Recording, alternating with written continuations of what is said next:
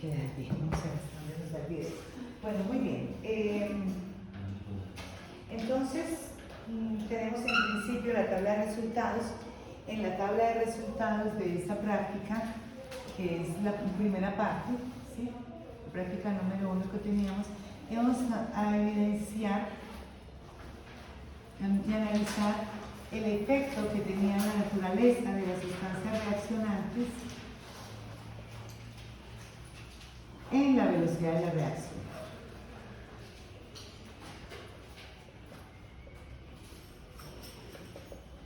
¿Cuál era la influencia, cierto? Profe, Dime.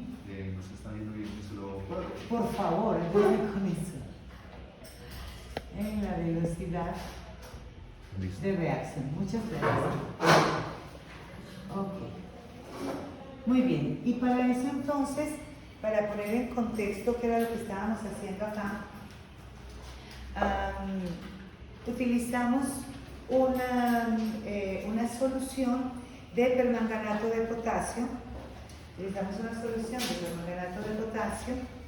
Y pues, claro, si estamos hablando de una sal, o sea, lo que teníamos era una solución acuosa de permanganato, que viene obviamente como sal, viene así, y el ion que íbamos a tener activo aquí era el permanganato.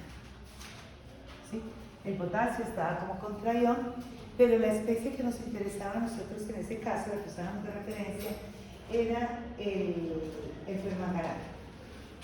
¿Cuál es el estado de oxidación del manganeso en el permanganato? Más 7. ¿Sí? Está bastante oxidado y tiene la característica particular de que es de color violeta. Ese es el color que tiene el ion. Y aprovechábamos entonces el color del ion para verificar en qué momento ya había ocurrido la reacción. La reacción que nos servía de base, en este caso, o sea, tenemos dos reacciones. Una, lo que hacíamos era comparar esto. Una era entonces del permanganato, que en presencia de hierro 2 y en medio ácido daba como resultado manganeso más 2, el hierro que se oxidaba y agua. ¿Sí? Esto era lo que teníamos para la primera reacción. Así que aquí teníamos un proceso importante. Este manganeso tiene que pasar de más 7 a más 2, aprovechando que el manganeso, el permanganato, es de color violeta y el manganeso más 2 es incolor. Entonces, ese cambio de color que íbamos a evidenciar ahí, esa decoloración del ion permanganato, era lo que nos daba la velocidad de esa reacción. Ese era lo que nos iba a servir de indicador. Cuando ya no tuviésemos más el color violeta en la reacción, pues lo que diríamos es, bueno, ya el permanganato pasó a manganeso, es decir, ya se dio la reacción, ¿cierto? Ya tengo productos.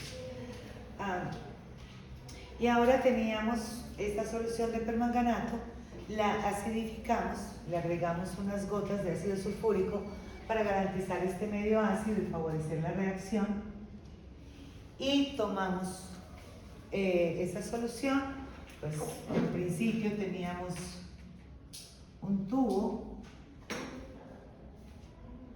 con 2 mililitros de permanganato de potasio. Aquí adicionamos las gotas del ácido sulfúrico, un ácido sulfúrico pues bastante concentrado, estaba al 50%, y ya teníamos el permanganato y el medio ácido garantizado. Ahora, este mismo tubo, manteniendo todas las condiciones, después de homogenizar, se dividió, se saca la mitad para garantizar que sea la misma solución, que tiene el mismo grado de acidez. ¿Para qué? Si yo ya puedo garantizar que la acidez del medio no cambió, porque en ambos tenía la misma acidez, ahora no puedo argumentar que cualquiera de los cambios se deba a que el uno estaba más ácido que el otro. Si yo hiciera, o sea, si midiera 1 mililitro en este y otro mililitro en este, y agregara el ácido en este y agregara el ácido en aquel, podría decir, bueno, es que puede ser que a tal tubo le haya quedado un poco más de ácido que a otro. Y ese sería un argumento. Acá no hay forma porque la muestra es igual. De acá entonces llevábamos 1 mililitro, ya quedábamos con una cantidad más pequeña, pero quedábamos con la misma cantidad en ambos tubos. Lo que teníamos en común ya era la solución de permanganato acidificada o acidulada, ¿cierto? Ya teníamos el medio garantizado. Muy bien. Y a un tubo le adicionamos la solución de sulfato de hierro, que lo que le aportaba, o sea, la especie activa de ese sulfato de hierro que iba a participar en esta reacción que estábamos estudiando, era el hierro. Entonces ya íbamos a tener en cada uno la misma cantidad de permanganato y en uno estábamos agregando hierro más 2, que está aquí en la ecuación. Con eso ya, al juntar los reactivos, esperábamos en cuánto tiempo iba a aparecer el producto. Eso fue lo que medimos, ¿sí? Muy bien. En las tablas de resultados quiero que me digan cuánto tiempo les dio en general. Tenemos un análisis muy interesante de lo que le pasó a María. Vamos a ver cuánto fue ese tiempo dependiendo de los resultados experimentales que tuvimos. ¿Quién me puede dar el tiempo, tú? En el hierro sería 1.30 segundos. Ok, aquí teníamos entonces 1.30 segundos. El cronómetro en general les daba 1.30 y después iban las fracciones de segundo. Cuando yo voy a registrar este resultado, debo registrarlo así. No lo debo registrar como 1.3 o 1.3 es aproximadamente 1, que le voy a ponerles un segundo, o ponerle 1.30, 0.37, qué sé yo, ¿sí? Esta parte que era la que está variando en fracciones que es imposible detectarlas con la velocidad apropiada, es la incertidumbre de esa medida del cronómetro. La incertidumbre la vamos a manejar con muchos implementos de laboratorio. Cada medida tiene una incertidumbre. Entonces, siempre que estamos hablando de la medida, hay una parte de certeza, hay unas cifras que consideramos ciertas y otras que ya corresponden a la variabilidad natural del equipo. De ahí resultan las cifras significativas que trabajamos con los ejercicios que hacemos en teoría. Cuando nos dicen el tiempo es de 1.30 segundos, fue que con ese implemento, con esa resolución, se calculó ese dato. Por eso es que los datos nunca se redondean. Si aquí al contrario de ser 1,30 fuera 1,30, 47, 23, pues lo que estoy diciendo es que fue con un equipo que tenía certeza hasta ese punto. Y todos los implementos de medida tienen una incertidumbre. En el caso, por ejemplo, de las pipetas, dentro de 8 días podemos verlo con detenimiento, la incertidumbre está marcada en la pipeta. Entonces le dice a uno que tiene una capacidad de 5 mililitros y que la medición es más o menos 0.003, ¿sí? Esa es la variabilidad que encuentra el fabricante en esa medición, es lo que conocemos como incertidumbre. Entonces, el resultado lo reporto así, con las cifras decimales que me dé el instrumento de medida, las cifras que sean confiables y reproducibles. La última parte, que va variando con tanta velocidad que son fracciones de segundos, ya uno no alcanza a detectarla. Pero hasta acá, esta medida era clara. Uno podía registrarla con precisión, ahí era el momento en el que apagaba el cronómetro. Obviamente hay un asunto ahí de la velocidad mientras uno observa el color, ¿sí? Y para el cronómetro, ahí puede tener alguna dificultad con la medición, pero esta dificultad con la medición se supera con la réplica. Por eso en las tablas de datos experimentales generalmente aparece la réplica. Uno hace el experimento y lo repite para disminuir todas las variables que pueden afectar ese resultado. Si los dos resultados dan muy parejos, pues uno ya toma un promedio, ajusta el promedio al número de cifras significativas. Por ejemplo, con este dato con José, vamos a suponer que en la réplica, o se repite el experimento y resulta que en la réplica le dio 1.31 segundos. Y dice, wow, yo sí lo hice muy bien. Mire eso como se repitió de bueno. ¿Con qué vamos a trabajar? ¿Cuál es el dato que yo voy a tomar para hacer el análisis? Entonces el promedio de los dos. Y resulta que cuando yo sumo este y este, entonces esto me va a dar 1.35, ¿cierto? Ese sería el promedio de los dos. Cambié el número de decimales. Yo venía trabajando con 2 decimales y el promedio ya me está dando 3, ¿de dónde me saqué el tercero? El tercero no es confiable, el tercero no es real. Resulta una operación matemática, no el instrumento de medida. Entonces, cuando saco el promedio, ajusto la cifra significativa hasta lo que tiene que ser. 1.35 se redondea a 1.31. Y ese será el dato con el que yo trabajo. Estoy considerando el promedio, pero redondeado, porque necesito trabajarlo con el mismo número de cifras significativas. Cuando yo paso el resultado con tiempos, con 3 decimales, quiere decir que lo leí en un instrumento que me daba 3 decimales de confianza. Entonces, eso sería ahí un asunto importante a considerar con todo lo que tiene que ver con datos experimentales. Muy bien.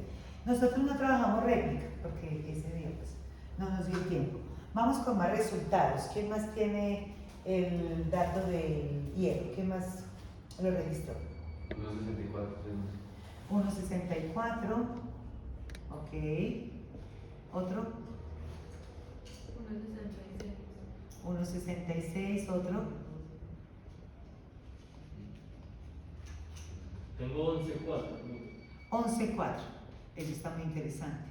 11.4, muy bien. Y después del 4, ¿qué le pusiste? 11.04. 11.04, ok. 11.04. Muy bien. ¿Quién más? 12.05. 12.05, wow. Qué variabilidad, qué resultados. ¿Qué más? 4,46. 4,46. Muy bien. 5.49. Ok. 5.49. ¿Quién más? 1, 2, 3, 4, 5, 6, 7. Y le hicieron 14. ¿Qué pasó con los otros 7? ¿No lo hicieron? 7,72. 7,72. María, ¿y el tuyo? Pues, profe, yo lo hice 2 veces, entonces sí tengo réplica. La primera, 1.11, y me dijeron que lo parara ahí porque igual yo no me iba a dar. Ok. ¿Cómo registraríamos entonces ese dato de María en ese caso? Comparado con el resto del grupo, hasta 1 minuto, ¿cierto? 1.11. 1,11 segundos. Entonces, aquí tendríamos que precisar esa medida tuya. 1 minuto, 11 segundos. Hasta ese punto no se había decolorado. Ahí paramos. Y lo volviste a hacer. Solo una me dio 1 minuto 06 segundos. Y tampoco se decoloró. Me dio más claro, pero no. Un poquito más claro, pero tampoco se logró. Aquí lo dejamos, lo repetimos, 1 minuto 06 segundos. Bueno, este es un resultado bien interesante porque de los 14 que hicieron este experimento, a María fue la única que no le dio. ¿Qué se observaba en el tubo de María? No se observaba la decoloración del permanganato, se observaba una solución marrón, ¿cierto? Se veía como, no se veía ya el color permanganato, pero tampoco se decoloró. Se quedó ahí un poquito raro. Bueno. Ok, hay un análisis que uno hace frente a los resultados que obtuvo uno y otro análisis que uno hace frente a los resultados del grupo. Y ambos análisis son importantes. ¿Sí? ¿Qué pudo haber pasado aquí, José, para que tengamos este tiempo tan cortico? Mira que aquí tenemos unas diferencias importantes. ¿Qué se te ocurre? Listo. La primera, esa experiencia la grabé con un compañero en el teléfono. Entonces yo le marqué de entrada, tiré y puse 3.3 segundos. pero cuando estoy en la casa y reviso el video, da 1.30. Ah, O sea, es decir, observando el cronómetro y en el momento que ella cambia, da 1.30 segundos. O sea, pero de entrada, si hubiera entregado el informe ese día en el laboratorio, era 3.30. Si no, cuando llego a la casa, reviso el video, 1.30 segundos. Ok, bueno. Nosotros podemos observar, o sea, de todo este conjunto de datos, podemos observar que en realidad esta reacción ocurre supremamente rápido. Estamos hablando de menos de 2 segundos, 11 segundos, 12 segundos, 5 segundos, en fin, tenemos ahí una variación de estos tiempos que uno podría decir, por ejemplo, son tiempos muy cortos, 4, 5, 7, pues muy probablemente tiene que ver con la velocidad para arrancar y para frenar, porque empiezan a entrar en contacto y ahí sí hay una variabilidad en la reacción, porque algunos empiezan a contar el tiempo desde que cae la primera gotica y la van soltando muy despacito, otros logran hacerlo un poquito más rápido. Yo estuve con algunos que le cogí la mano y le hice así para que saliera más rápido el reactivo. Entonces ahí sí hay una variación de tiempos, pero definitivamente es muy rápido. Queda este tema con Mar. El experimento no da. ¿Había contaminación, no? Es lo más probable. Porque fíjate que nosotros aquí podríamos argumentar, bueno, es que el experimento no da. Tenemos 13 experimentos realizados que vienen, así que el experimento sí da.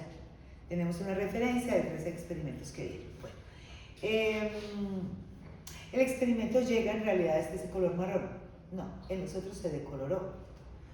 No lo dejó el tiempo suficiente. Tengo 13 experiencias que son mucho más rápidas que un minuto, son de un par de segundos, y aquí llegábamos a más de un minuto y todavía no se lograba que la reacción se completara. Y resulta muy interesante porque la explicación, que no tiene que ser necesariamente la que es, pero que es un argumento sólido, es que los tubos que tuvo María debieron estar contaminados. Y empezó a ocurrir algo más ahí en esa reacción, que no permitió que el hierro realmente... otra condición que siempre se revisa es, bueno, los reactivos estaban bien preparados, a lo mejor ya habían perdido su potencial. Por ejemplo, una cosa que puede pasar muy fácil acá es que este hierro se haya oxidado previamente y cuando agregamos la solución de sulfato de hierro ya estaba oxidada. Si el hierro no está más 2, sino más 3, no tiene cómo aportar los electrones que necesita el manganeso para poder reducirse. Entonces, esa sería una causa. Sin embargo, ese argumento no nos aplica con el experimento de María, porque los otros también hicieron el experimento y los reactivos dieron bien. Podría uno pensar, y es una causa muy probable de error en el laboratorio, podría uno pensar, contaminaron el reactivo antes de que llegara María. Eso suena muy bien, completamente creíble, ¿cierto? Cuando les llegó el reactivo ya se lo habían contaminado. Claro, todo el mundo metiéndole el goterito, trabajando con el reactivo, es muy probable que eso ocurra. Sin embargo, María no fue la última. Si fuera la última en el grupo, uno podría decir, se le contaminó el reactivo. Pero la primera vez que lo hicieron no fueron las últimas, quedaron entre dos grupos. No, pero es que tuvimos el error y le echamos, le añadimos lo que no era, entonces cogimos otros y ya nos tocó de último. Nos tocó esperar que todo el grupo pasara y echarle las gotas de ácido sulfúrico. ¿Y qué pasó en la primera? ¿Qué fue lo que hicieron mal? No le echamos ácido sulfúrico, sino que pusimos el otro ácido. El oxálico. Ok. Pero echamos los tubos. Pero eso fue lo que yo vi en principio, cuando yo vi tu experimento, ya. ¿Eso fue antes? Sí, ok, listo. A mí también se me demoró un poco, 3 minutos 11. ¿Tú te demoraste 3 minutos 11? Pero al final sí quedó en color. No, creo que igual yo le dije toda la clase y nunca me cambió. Le quedó Sí, eso sería muy interesante verlo porque realmente... Es que primero a los 2 minutos estaba café. luego a los 2:22 cambió a verde y ya el 3 como naranja ya calentoso y ya como a las 3:11 ya empezó a cambiar. En verdad, lo que yo vi varios que, pues, en el momento que empezaba la versión cambiaba. Incluso en el caso a mí, se cambió inmediatamente. Pero hubieron compañeros que, como lo dice el amigo aquí presente, demoró mucho y terminó cambiando el color, incoloro. Ok, bueno, eso está muy interesante. Eso está muy interesante, ya vamos a tomar otros. ¿Será que pudo haber habido un cambio de contaminación cruzada, una cosa? Es lo que yo más considero, tipo de contaminación en cuanto a eso. Ya, déjémoslo ahí un momentito, que es muy interesante lo que estamos diciendo. Bueno, cojamos el otro resultado.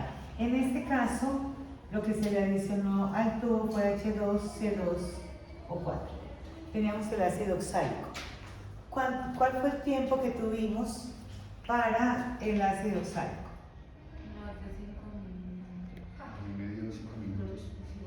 A los 5 ya te había decolorado. Pero no completamente. Y de los 12 Sí, como a los 10. Como 10 minutos, Ajá. Después de 10 empezó a cambiar así. 5 minutos, 12 minutos, bueno. Entonces, encontramos una reproducibilidad en todos los experimentos en los que vimos que efectivamente con el sulfato de hierro era mucho más rápido que con el ácido oxálico, ¿cierto? Definitivamente mucho más rápido. Ahora, cuando vamos a empezar a resolver esa pregunta número 1 que nos dice, explique, el verbo mismo nos está diciendo que encontremos una justificación para que la reacción sea mucho más lenta con el ácido oxálico, mucho más que con el hierro. O sea, en el cálculo del video, considerando los 5 minutos. Los 5 minutos, esto del video que tienen pues en el aula, teníamos entonces 5 minutos que corresponde a 300 segundos. Esto con el ácido oxálico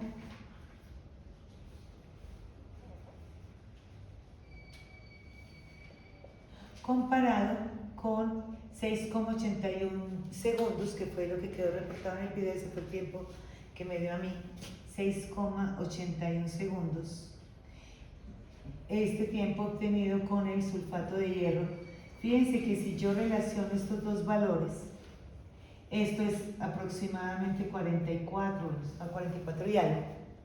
Esto quiere decir que la reacción del hierro fue por lo menos 44, casi 50 veces más rápida que la del ácido oxálico, considerando que cuando consideramos aquí los 5 minutos, cuando registramos los 5 minutos, dijimos, a los 5 minutos no había decoloración completa, había un cambio, ya definitivamente no estaba el permanganato, pero en el tubo persistía una ligera coloración amarilla. Si nosotros observamos esto, fíjate que acá es donde podemos responder un poquito mejor lo que tuviste y podemos elaborar una hipótesis para lo que pasó. Vamos a ver, yo aquí se los traje justamente porque lo encontré, me pareció muy interesante.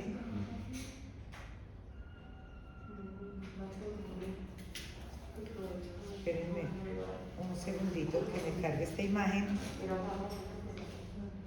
y se las muestro. Miren esto, que lo podemos entender bastante bien. Este es un experimento que yo encontré en internet. Lo que tenemos ahí, mírame a ver si nos queda bien.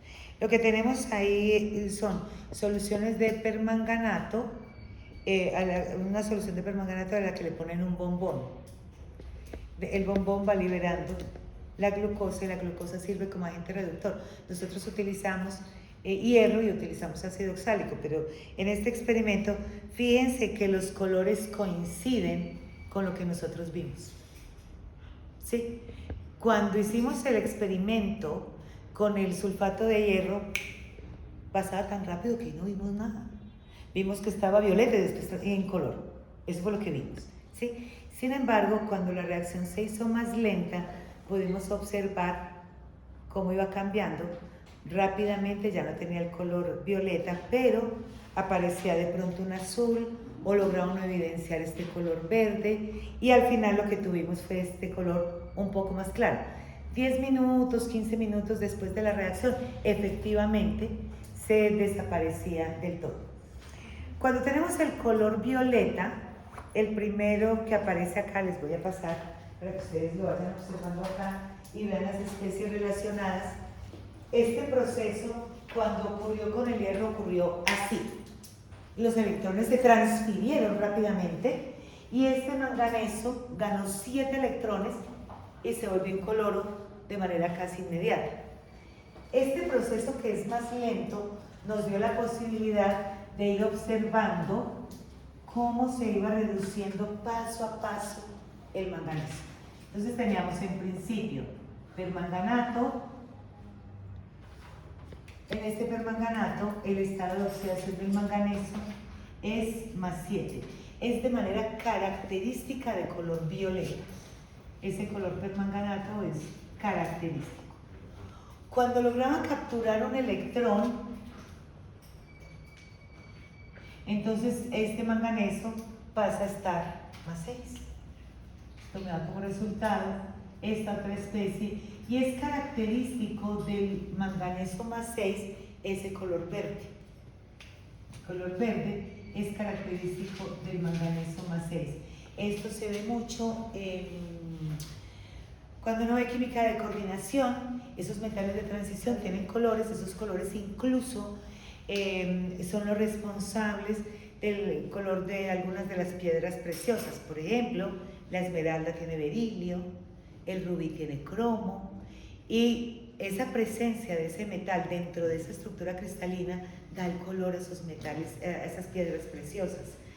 Por esos electrones que están ubicados en esos orbitales en química de coordinación nos dedicamos a estudiar los colores que se observan en este tipo de especies y metales de transición son especiales para eso. Fíjense que cuando entra solamente un electrón ya el color que se ve es verde. Después hay otra transición. Hay otra transición y es que este manganeso que está en estado de oxidación +6 pasa a estar +4.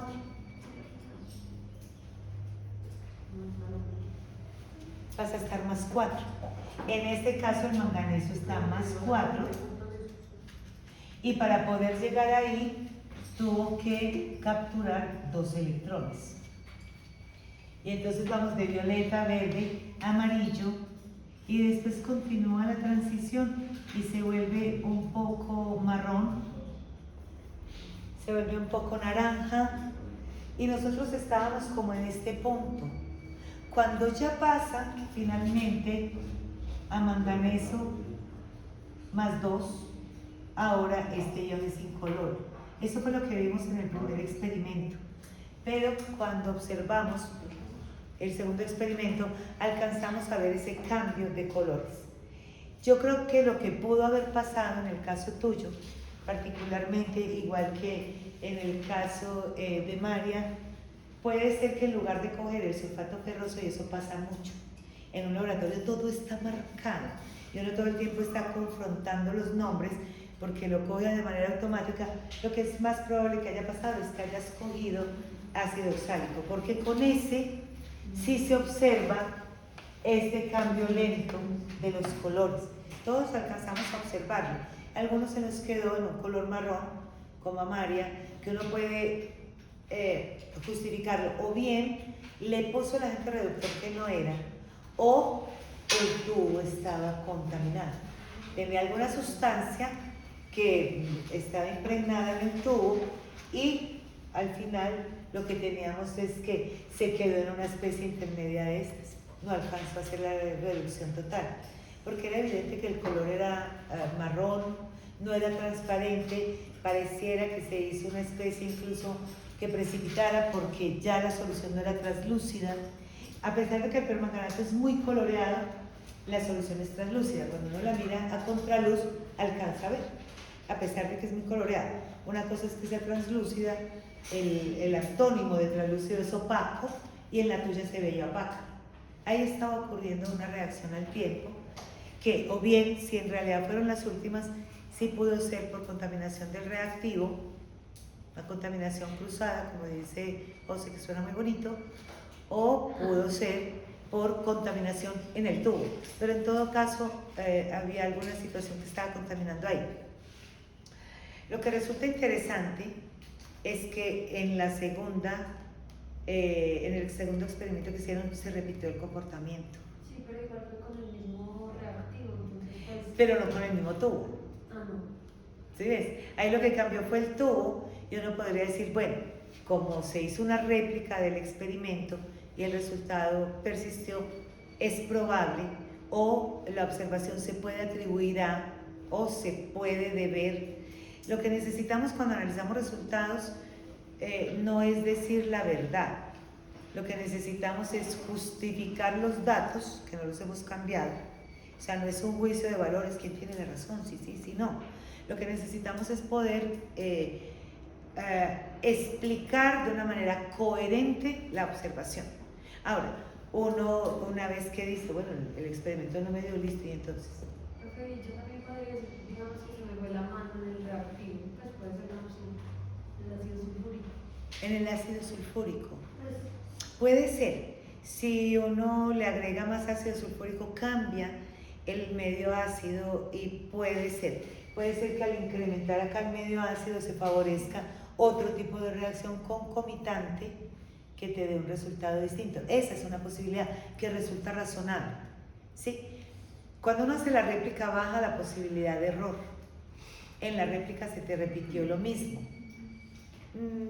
Y eso hace que pues tengamos que argumentar de otras maneras. Hay un momento en el que uno dice, bueno, y entonces, cada vez que uno obtiene un resultado de este tipo, lo que hace es, se recomienda repetir el experimento, precisando las condiciones, para ver si efectivamente está ocurriendo por la reacción como tal, que en el caso tuyo no era posible porque teníamos otra cantidad de experimentadores que tenían un resultado que era distinto, ¿cierto? Hay que buscar qué es la excepción en esto. Pero aparte de lo que observamos en el comportamiento, descontando lo que nos pasó con María, y si yo fuera a hacer el reporte, por ejemplo en el caso de María, igual, el reporte mío no puede concluir en no me dio el experimento, se repite y ya sí, y entonces. ¿Sí? Entonces, uno hace considerando los resultados obtenidos en el resto del grupo. Se podría decir, se podría pensar, se podría argumentar, ¿sí? Se podría concluir, porque uno también puede basarse en los resultados que van a tener el resto de sus compañeros. Es evidente de los resultados obtenidos que la reacción con el sulfato de hierro ocurre mucho más rápido que con el ácido oxálico. Ahora, ¿por qué? A esa pregunta, el semestre pasado me escribían mucho los estudiantes, la velocidad con el sulfato de hierro fue mucho mayor porque era un agente reductor distinto. Eso es evidente, obvio. Es que esa fue la planeación del experimento. Tuvimos dos agentes reductores. ¿Cuál es la diferencia? ¿Qué diferencias hay entre el sulfato de hierro? Empecemos a ver. Ambos estaban apuntando a la reducción del permanganato, ¿cierto? Ambos eran especies que se iban a oxidar para dejar los electrones, para que el permanganato se redujera y pasara de más 7 a más 2. Ese era el objetivo del experimento. Entonces, el blanco de todo esto era el permanganato. Y teníamos, por una parte, el sulfato de hierro, que como vemos en la ecuación, es el hierro más 2, el que va a ser el agente activo en esta reacción. Fíjense que aquí no tenemos una ecuación general. En las ecuaciones los compuestos van escritos en su fórmula completa, así que no hay cargas. Cuando nosotros observamos una ecuación en la que hay cargas, es porque es una ecuación de una cierta complejidad y se saca la ecuación iónica. En la ecuación iónica solamente están las especies que participan realmente de la reacción.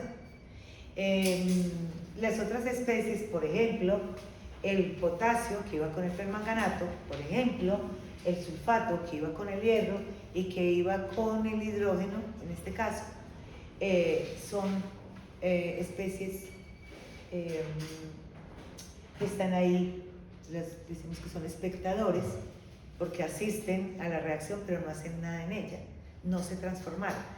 Entonces sale la ecuación iónica y ahora a partir de la ecuación iónica se hace el análisis de aquello que está ocurriendo. Aquí hay un proceso redox, ¿cierto? Hay un proceso redox, esto es definitivamente una reacción de óxido-reducción. El permanganato se está reduciendo y siempre que ocurre una reacción pues ocurre a expensas de otro que se oxida, porque la oxidorreducción no es más que un proceso de transferencia de electrones. Los electrones son partículas que tienen que transferir del uno al otro como corresponde. Sí. Ok. Entonces la especie activa en este caso era el hierro, y para el otro experimento que resultó más lento era el ácido oxálico. ¿Qué diferencias hay entre el hierro y el ácido oxálico? Uno es un metal y el otro es un metal.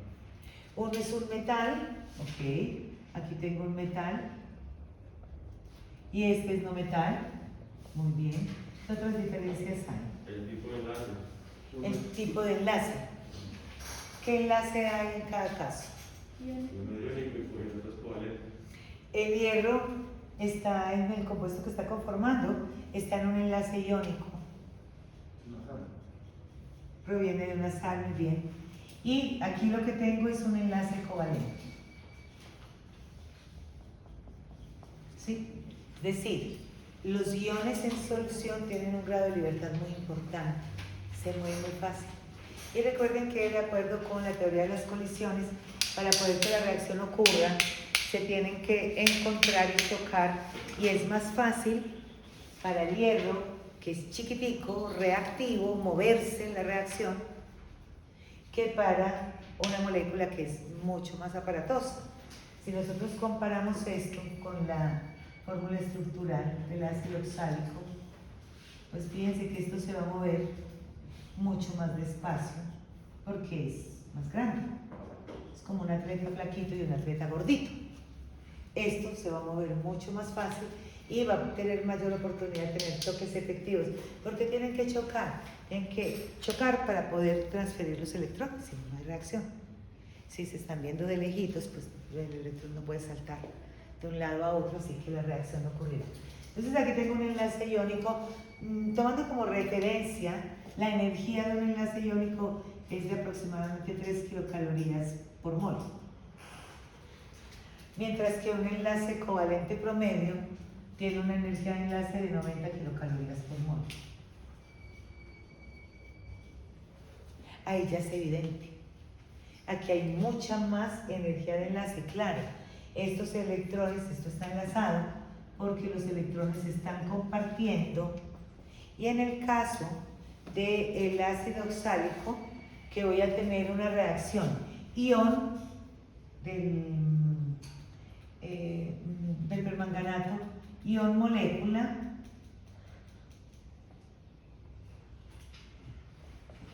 voy a tener que romper todos estos enlaces.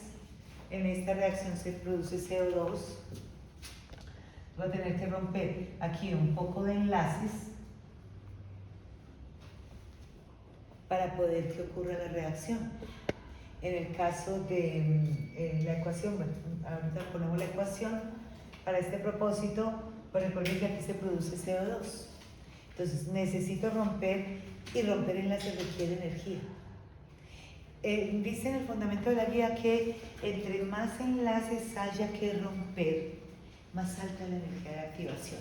Y la energía de activación es la barrera energética que tiene que superar la reacción, los reactivos, para poder pasar a productos. En este caso los reactivos eran el MnO4, bien sea con ácido oxálico o con hierro, y teníamos una diferencia energética esta diferencia energética, la energía de activación. Es esa barrera que tiene que superar, pero no solo tiene que superar esa barrera energética, también tiene que hacer los choques en la orientación adecuada, decíamos, y es mucho más fácil que choquen el hierro y el permanganato.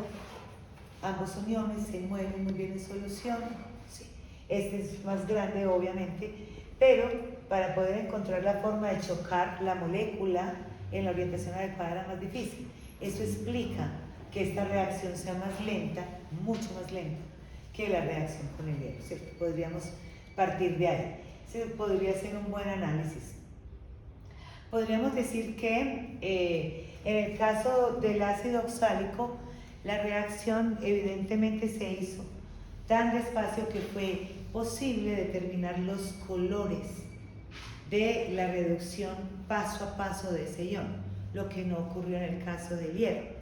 En el hierro no pudimos observar ningún cambio de color, eso pasó de +7 a +2 rapidísimo, ¿sí? Que fue el tiempo que se demoró en desaparecer ese color. Ok. Entonces, evidentemente, ¿cómo empezaría uno a redactar esta pregunta? La pregunta en la guía dice textualmente, ¿sabes lo que tendrán que hacer ustedes? Esto es lo que yo espero que hagan. Como les digo, muchos de los argumentos pueden no ser correctos.